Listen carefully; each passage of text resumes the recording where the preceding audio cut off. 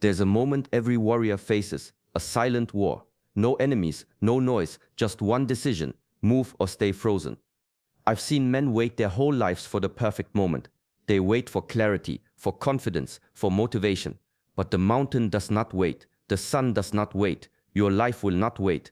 At the Shaolin Temple, we are taught early. You don't act because you feel ready. You act because the bell has rung, because the breath has come, because now is the only doorway. In this teaching, I will share what forces a monk to move day after day through pain, fatigue, doubt, and silence. You will learn why the body must move before the mind agrees. You will understand how true strength is not loud or dramatic. It's quiet, consistent, and sometimes invisible to the world. This is not about pushing harder. It's about realigning yourself with nature's rhythm. How to train your nervous system to respond, not hesitate. How to remove the invisible weight of procrastination. How the temple itself becomes your silent master. There are truths here you won't find in books. Stories that don't reach headlines. A form of discipline that cannot be faked, only lived. And if you stay until the end, I will give you one principle. Simple, sharper than a blade. It can shift the course of your day and possibly your life. Welcome to Shaolin Soulfire. Subscribe now and begin. A restless man will climb the wrong mountain with full force, only to reach the top and feel emptier than before. This is why we begin with stillness. Before the kick, there is the breath. Before the form, there is the pause. The outer motion is born from inner silence. At the temple, many students arrive eager to prove themselves. They want to strike, jump, push forward, but their eyes dart, their breath is shallow, their thoughts are louder than their footsteps. I tell them stop. Sit beneath the sky. Let the mind unravel its noise. One breath, then another, and wait until you are no longer chasing movement, but being drawn into it. Stillness is not the absence of action, it is the preparation for right action, like water settling before it reflects the moon. In the early morning, we rise before light, no talking, no music, only the sound of breath and the cold stone beneath our feet. This is where the training begins, not in motion, but in attention, in sharpening the blade of awareness. A scattered mind strikes with fear, a still mind strikes with clarity. Even the tiger crouches before it leaps. So when your life feels chaotic, don't try to outrun it. Sit, breathe, observe the storm, but don't enter it. Let it pass like clouds over the mountain. Then when the time comes to act, you'll act from center, from power, not panic. This is the way of the monk, the warrior, the master, not speed, not noise, but stillness, rooted like the pine. And from that stillness, motion, precise and unstoppable. There's a reason monks train barefoot on cold stone in winter before dawn. It's not to chase suffering, it's to understand it. In Shaolin, pain is not the enemy.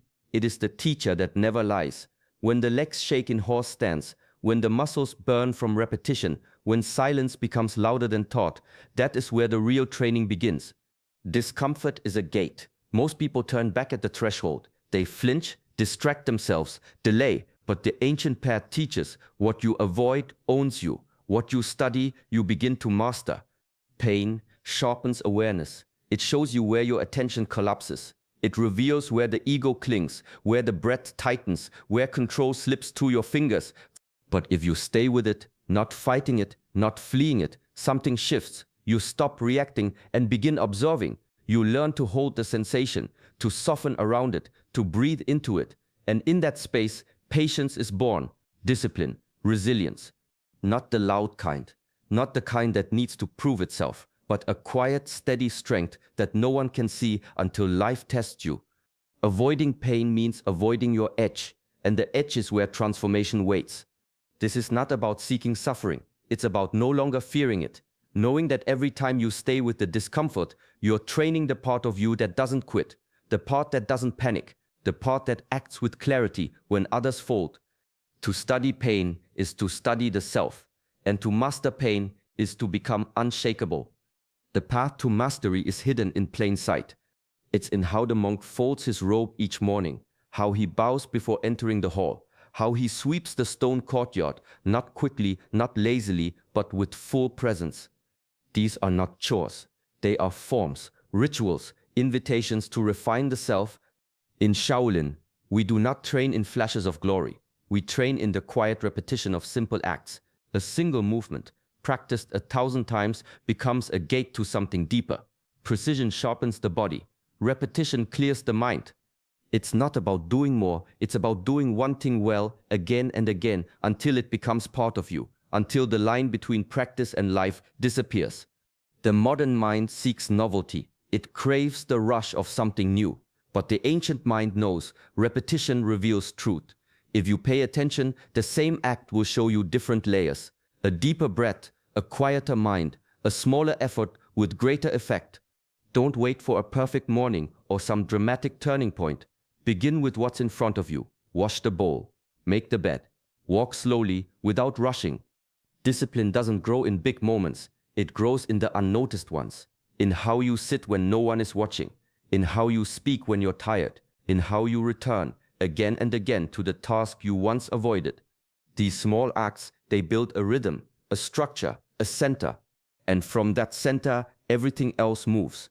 Thought can be endless. It spins, circles, and repeats. Like a bird trapped in a room, it keeps crashing into invisible walls. This is why Shaolin does not begin with ideas. It begins with form.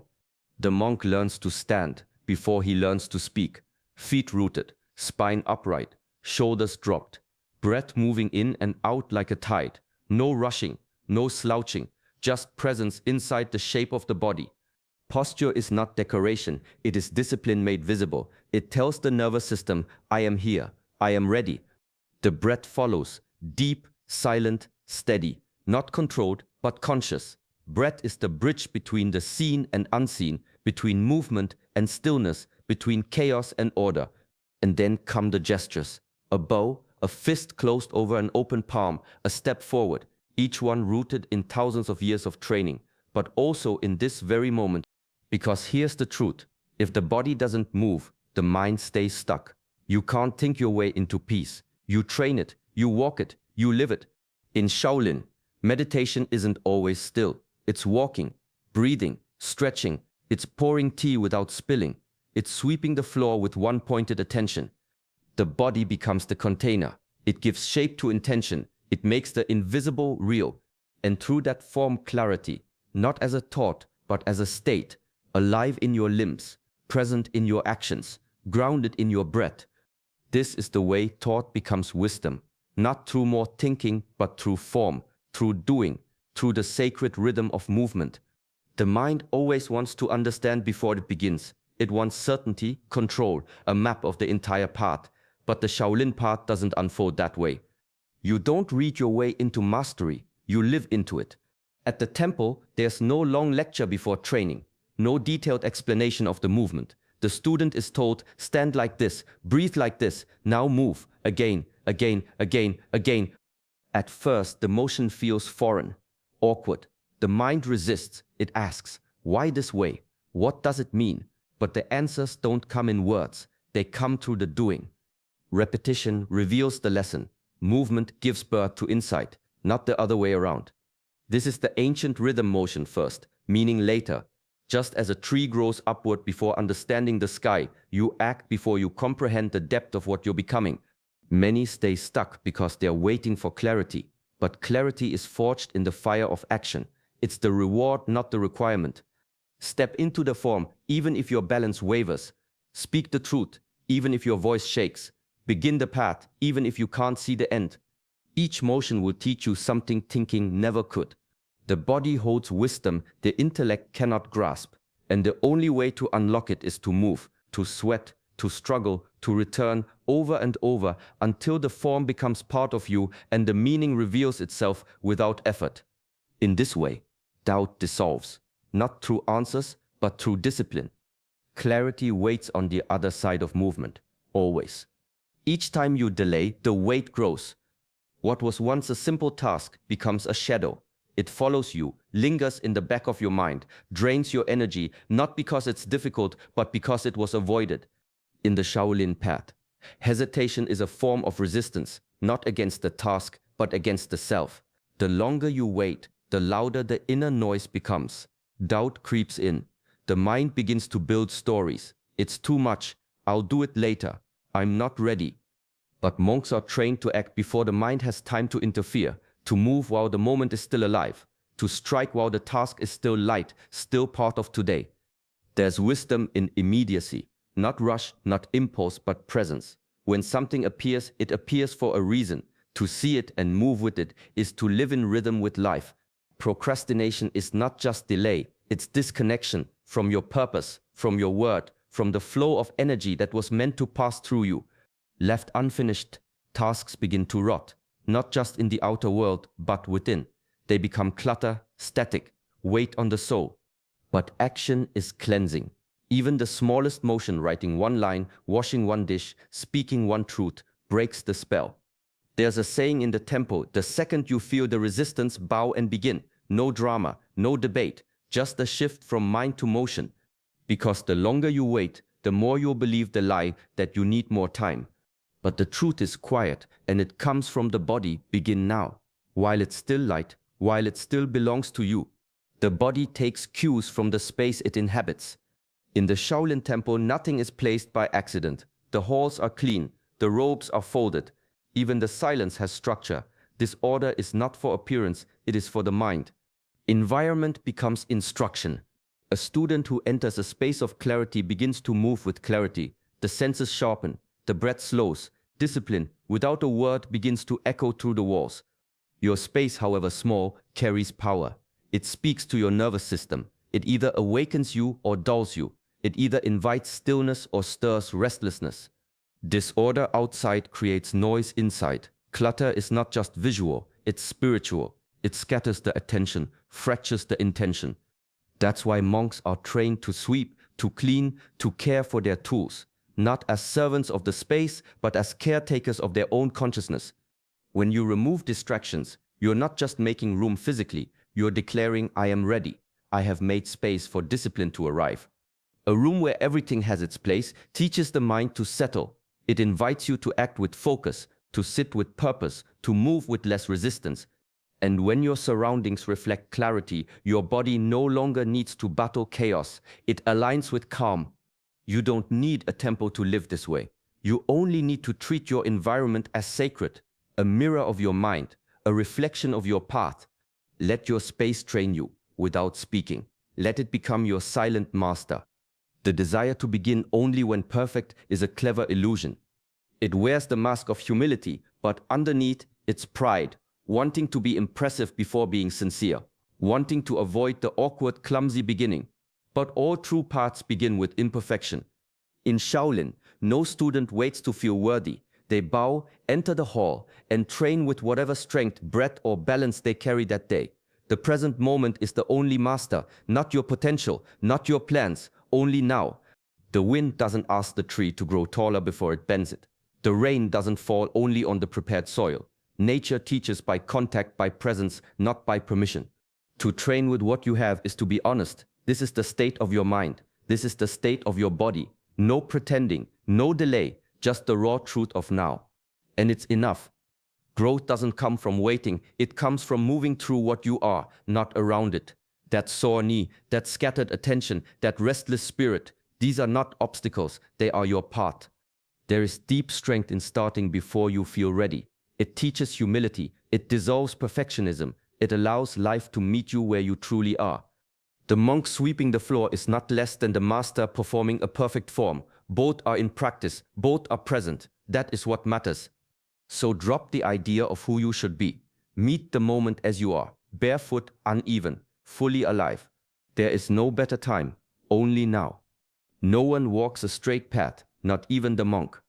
There are moments of clarity, followed by days of noise, times when the breath flows like water, and others when it hides beneath tension. The mind drifts, the body stiffens, discipline fades. This is not failure, this is the rhythm of life. The real power is not in never falling, it's in returning. Again and again, you come back, after the distraction, after the doubt, after the forgetfulness that pulls you from your center. You return, not with guilt, not with frustration, but with quiet courage. One breath, one stretch, one mindful step. And you repeat. This is the heart of the Shaolin way. Not perfection, but presence. A willingness to begin again. No matter how many times you've drifted. You don't need flawless consistency, you need loyalty to the practice, to the process, to your deeper self. The world praises those who never miss a day, but the path honors those who return after missing 10. A student once asked, "How do I keep my focus every day?" The master replied, "Don't, just notice when it leaves and bring it back." That's the training. Your power is not in how long you stay in alignment, it's in how quickly you return when you leave it. Every return strengthens something inside you, a thread of resilience, a muscle of awareness, a kind of faith not in the outcome, but in the practice itself. So don't count the days you were absent, count the times you chose to come back. That is devotion, that is mastery. There's a quiet strength in choosing to move, not because it's easy, not because you feel ready, but because the path calls. This is the essence of Shaolin discipline, not to force with strain, but to align with purpose, to act from stillness, to return when you've wandered, to meet each moment, not with resistance, but with resolve. Small steps matter. A deep breath before you begin, a clear space, a stretch, a word spoken with intention. These are not insignificant. They are the seeds of transformation. So today, don't wait for the right mood or perfect plan. Begin where you are, with what you have. Let your action come from the center, not the noise. And when you drift, as all do, come back gently, consistently. That is enough. Thank you for walking this path with us. If this teaching brought you even one clear breath or one quiet insight, consider liking the video and subscribing to our channel, Shaolin Soulfire. Until next time, move with presence, return with peace,